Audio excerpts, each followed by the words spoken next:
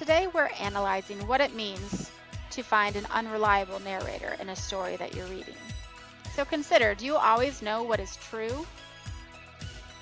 Can you always spot what is false?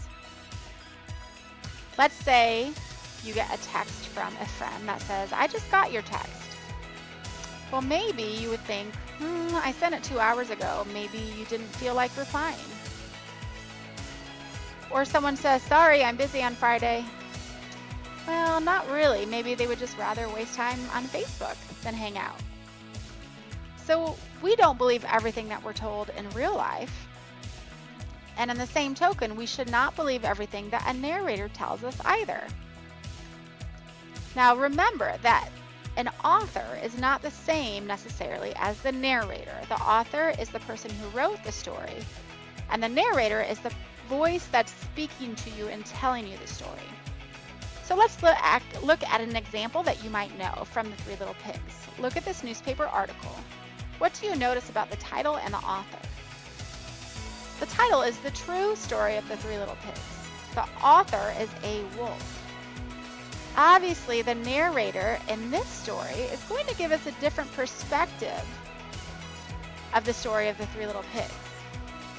He's most likely going to try to convince you that he is in the right and the pigs are in the wrong by the way that he tells the story, and that makes him unreliable. A more literary example would be in To Kill a Mockingbird. Scout is the narrator. If you've read this before, she's a child, and she's a bit unreliable because she has a child's perspective. She's a little bit naive about the world, and she loves and looks up to her father, Atticus.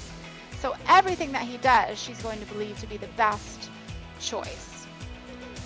So if she's the narrator, the story will be quite different from another townsperson telling you the story. So why would an author use an unreliable narrator? Well, it's unconventional, it's fun, and it helps us to understand the power of perspective, that the person telling the story often changes the story. And often it's a surprise for the reader to find out at the end that their narrator was not reliable. So some things that you can do to decide whether or not you have a reliable narrator in a story that you're reading: compare the narrator's words with his or her behavior. Do they match? Check new information against the facts. Decide, does it add up from earlier in the story?